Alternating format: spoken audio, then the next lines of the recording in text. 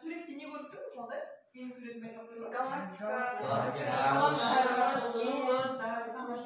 Bugünkü ötkiye olarak жаңа bölümümüz başta игеру жетістіктері, соның ішінде тілдік бағдарымыз сөз тіркесімен танысамыз. Енді сендерді топқа бөлейін, иә балдар, осы аспан әлеміне қатысты, аспан әлемінде баратын қандай нелер білесіздер?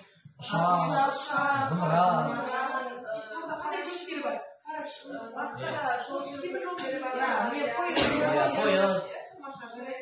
Соған сәйкес мен сендерді парашют, пойыз және де самолетке арналған отырғызу билеттерін ұсынғым келіп тұр. Енді біз жаңа бөлім бастағалы тұрмыз, өткен бөлімімізде біз мамандықтар әлемімен таныстық.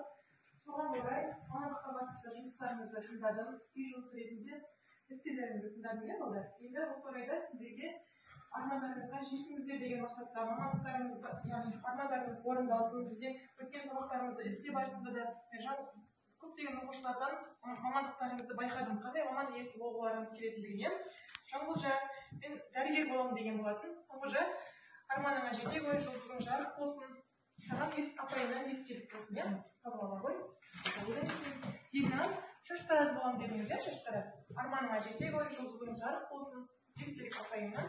Жандар, милиция боламын дейді. Сондай бір батылдықтанды, өзіңізде қыз балалар сыздай бермейді. Яғни елдің сақшысы болатын, қорғаны болатын азаматша бола ғой.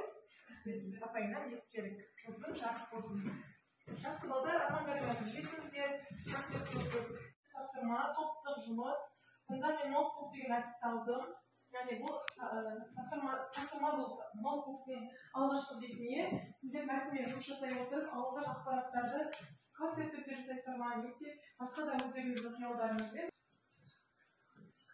мәтінге көз жүгіртіңіздер, балдар мәтіннің ішінде қандай ақпараттар берілген. Топтардың кезек балдар еліңізді тақтаға келе ойыңыздар.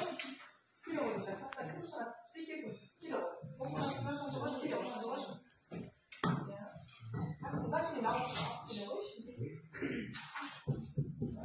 Жалпы бұл жерде біз галактикаға байланысты өзіміздің фантазиямызбен таныстыру жүргізу.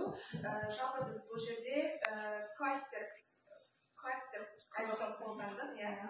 Галактика жалпы оған қатысты дерек сөздер ретінде ай, күн, құс жолы, ғаламшарлар, ұшқыш, жұлдыздар, орбита, әлем, ғалам және де ғарыш кемі деген сізді көптеген тірек сөздерді алдық. Жалпы галактиканың өзіне анықтама беріп кететін болса, жалпы галактика ол біздің тұрып жатқан мысалы жер ғаламшарымызды қоршап тұрған әлем деп айтсақ болады. Біздің галактиканың құс жолы галактикасы, оның ішінде көптеген ғаламшарлар бар.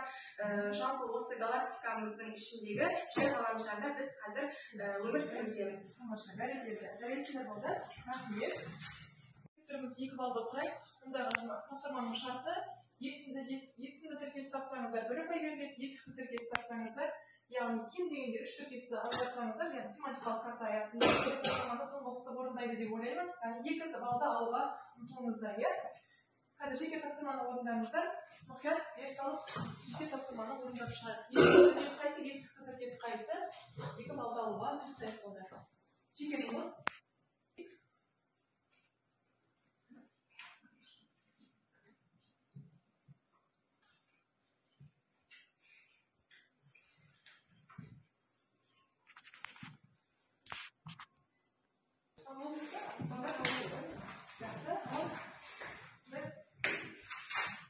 Қызықты кітап, есімді тіркес, мәнерлеп оқу, есімді тіркес, асыл тас, есімді тіркес.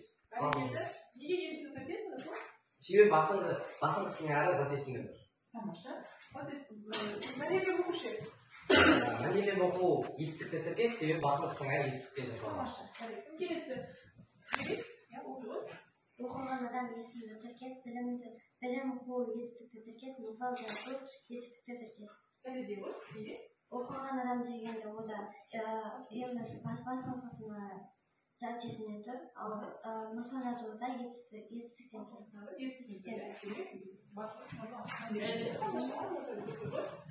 Бізден кейін оқушы есімді тіркес, нұр sepкен күн есімді тіркес, күн меңгеру етістікті тіркес.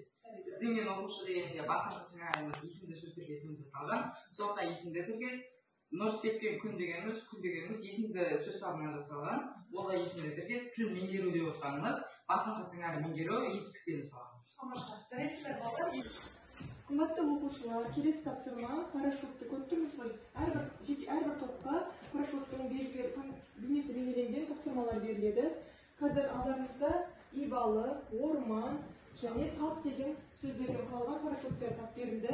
Әрқайсысының жанында қима қағаздарда сәйкестендіресіздер. Қайсысы сөз тіркесін құрай алады? Яғни сөз тіркесінің екенін игеріп жатырмыз ғой, яғни толық мағыналы екі сөздің өзара тіркесуі. Соған сәйкес қазір осы ибалы деген сөзге қайсысы сәйкес керек?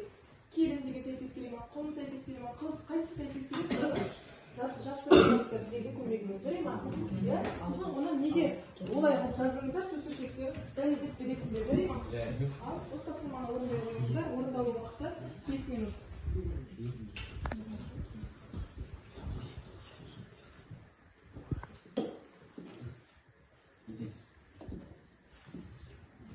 Болған топ.